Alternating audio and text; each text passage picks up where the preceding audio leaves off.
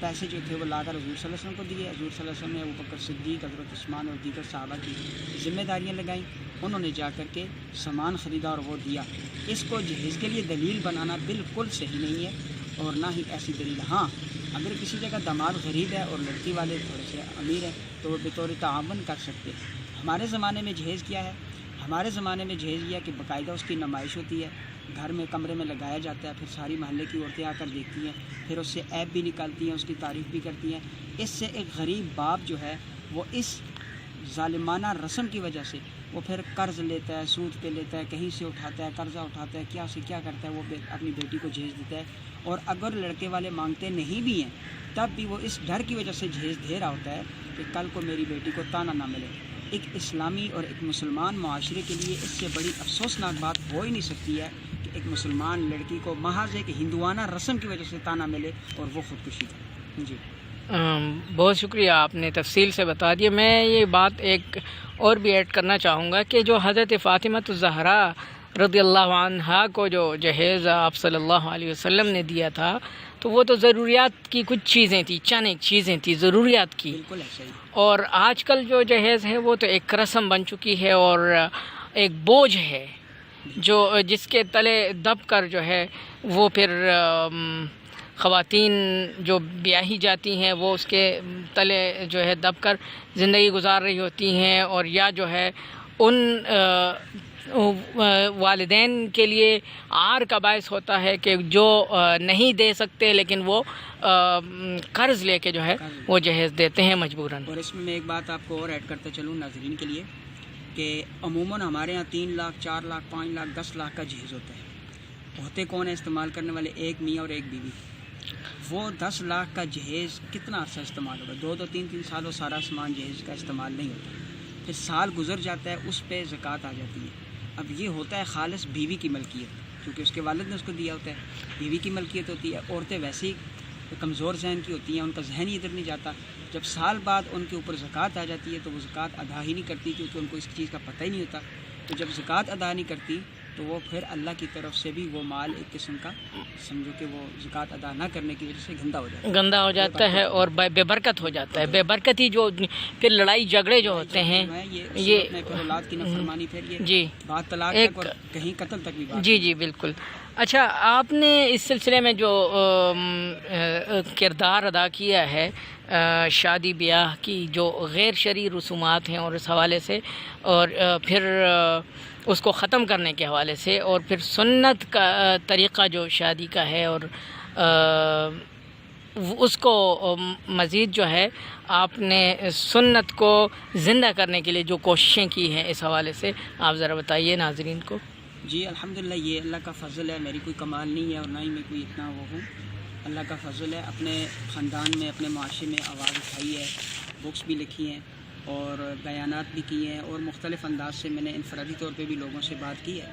اس کے کافی مجھے اثرات مرتب ہوئے ہیں. میرے اپنے بھتیجے کی شادی ہوئی ہے تو اس پہ ہم نے کافی ساری چیزیں، خاص کر جو والدین اپنی بیٹی کے ساتھ بے وقت رخصتی نہیں جاتے بلکہ اس کو عیب سمجھا جاتا ہے، تو میں نے اپنے بھائی کو ان کی جو بیٹی کی شادی ہوئی ہے ان کے ساتھ رخصتی میں لے کے ان کو جانے کی کہا تھا تو وہ الحمدللہ گئے ہیں. یہ رسم بھی ہم نے ختم کی ہے. پھر میرا جو دوسرا بھتیجا تھا جس کی شادی ہوئی ہے اس کا ولیمہ تھا تو انہوں نے ایک لمبا چوڑا سسٹم بنایا ہوا تھا. تو دوسرے دن جب گھر کے 4-5 افراد بیٹھے کھانا کھانے کے لیے تو میں نے ان کو کہہ دیا کہ جی اس کے بعد ولیمہ نہیں ہوگا، یہی ولیمہ ہے. تو سب نے خوشی رضامندی سے کیا.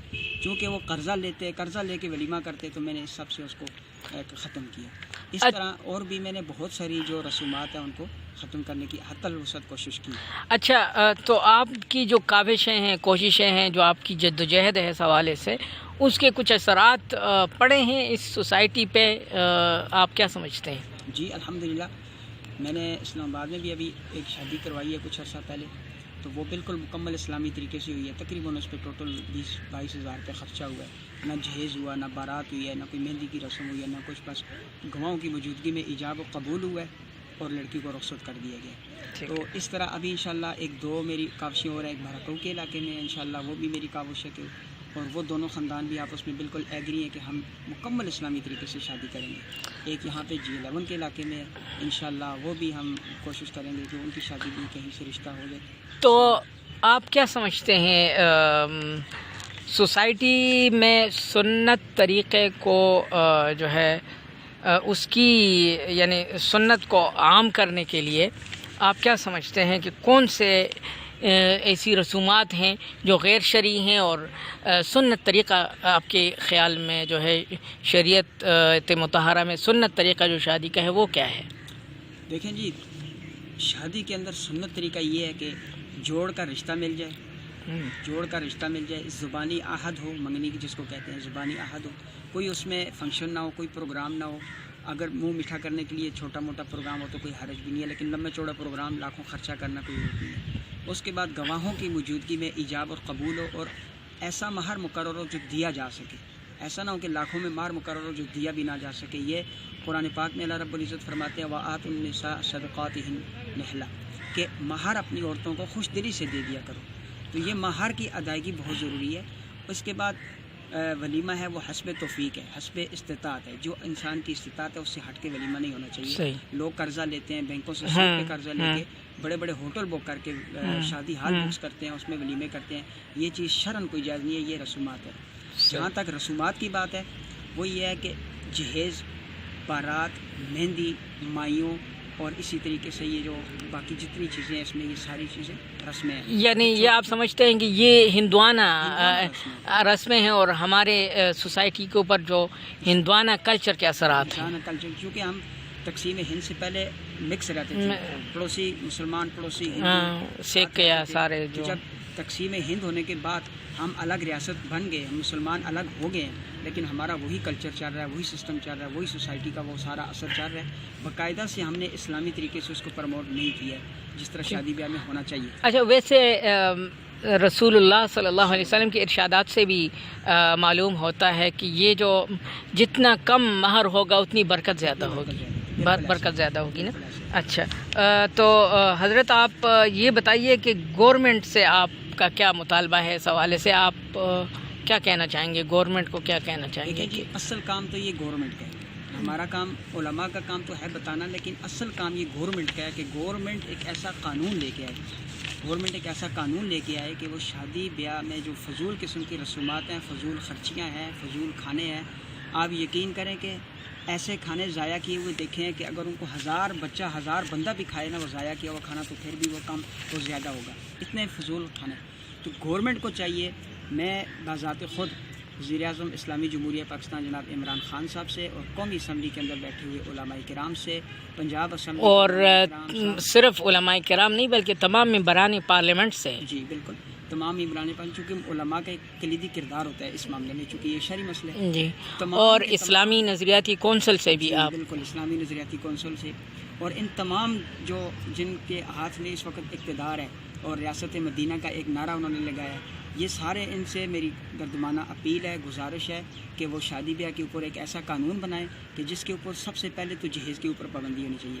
بیٹی کو اگر والد گفٹ دیتا ہے تو اس کی ایک لمٹ ہونی چاہیے کہ وہ 20,000 25,000 تک کوئی گفٹ دے سکتے ہیں، جہیز کی صورت میں نہیں، ہدیے کی صورت میں، یا کوئی ضروری چیزیں جو زندگی کے علاوہ نمود نمائش، شور شرابہ یہ نہیں ہونا چاہیے. صحیح. دوسری بات یہ ہے کہ بارات کے اوپر پابندی ہونی چاہیے. بارات کی جو علت تھی وہ اب ختم ہے، چونکہ اس زمانے میں ڈاکو راج ہوتا تھا، بارات لے کے جاتے تھے تو جہیز کا سامان ہوتا تھا، لوگ لوٹ لیا کرتے تھے. اب وہ علت ختم ہے، 2 چند آدمی جائیں اپنی بیٹی بہو کو چھوڑ کے گھر میں واپس آ جائیں. تو اسی طریقے سے اور جو کھپ ہوتی ہے، روڈوں کے اندر کناتے لگا کے لوگوں کے روڈ بند کر دیے جاتے ہیں شادیوں میں، اتنے اونچی اونچی آواز سے میوزک اور ڈھول ڈھماکے چلائے جاتے ہیں کہ رات کو لوگوں کی نیندیں خراب ہوتی ہیں. یہ سب ہمارے کلچر نہیں ہے، اسلامی کلچر نہیں ہے.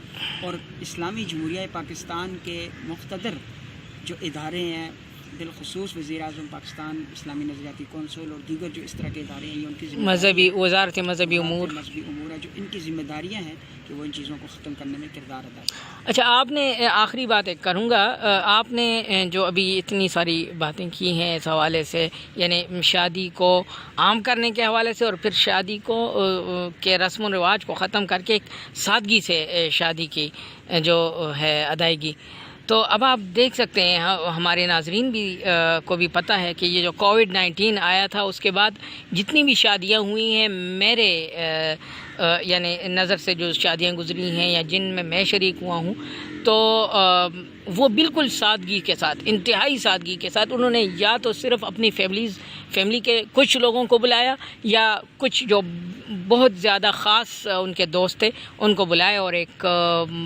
محدود دائرے میں انہوں نے اس رسم کو، شادی کو جو ہے انجام تک پہنچایا۔ جی بالکل، پہلے تو میں یہ کہنا چاہوں گا کہ یہ انہوں نے گورنمنٹ کے ڈر کی وجہ سے کیا۔ اگر وہ اللہ کے ڈر کی وجہ سے کرتے تو یہ ہم وقت ایسا ہی ہوتا اور ہر وقت شادیاں اسلامی اور طریقے سے آسان ہو جاتی شادیاں۔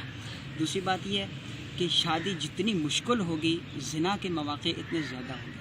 اللہ کے نبی صلی اللہ علیہ وسلم نے شادی کو آسان سے آسان ترین عمل بتایا۔ اس کی وجہ یہ ہے کہ معاشرے کو زنا سے پاک کرنا ہے، فحاشی اور ارانی سے پاک کرنا ہے۔ آج آپ 1000 روپے میں زنا تو کر سکتے ہیں، لیکن 10 لاکھ میں بھی آپ کے لیے شادی مشکل ہے۔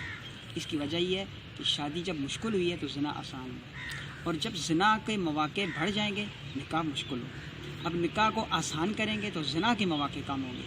تو اسی لیے ہم کوشش یہ کر رہے ہیں کہ نکاح آسان سے آسان تر ہو، تاکہ یہ جو زنا کے مواقع ہیں یہ کم سے کم ہو۔ بہت شکریہ مولانا صاحب، آپ نے انتہائی اہم باتیں ارشاد فرمائیں، اور امید ہے ناظرین کہ آپ لوگوں نے بھی استفادہ کیا ہوگا۔ بہت شکریہ مولانا صاحب، ایک بار پھر السلام علیکم ورحمۃ اللہ وبرکاتہ۔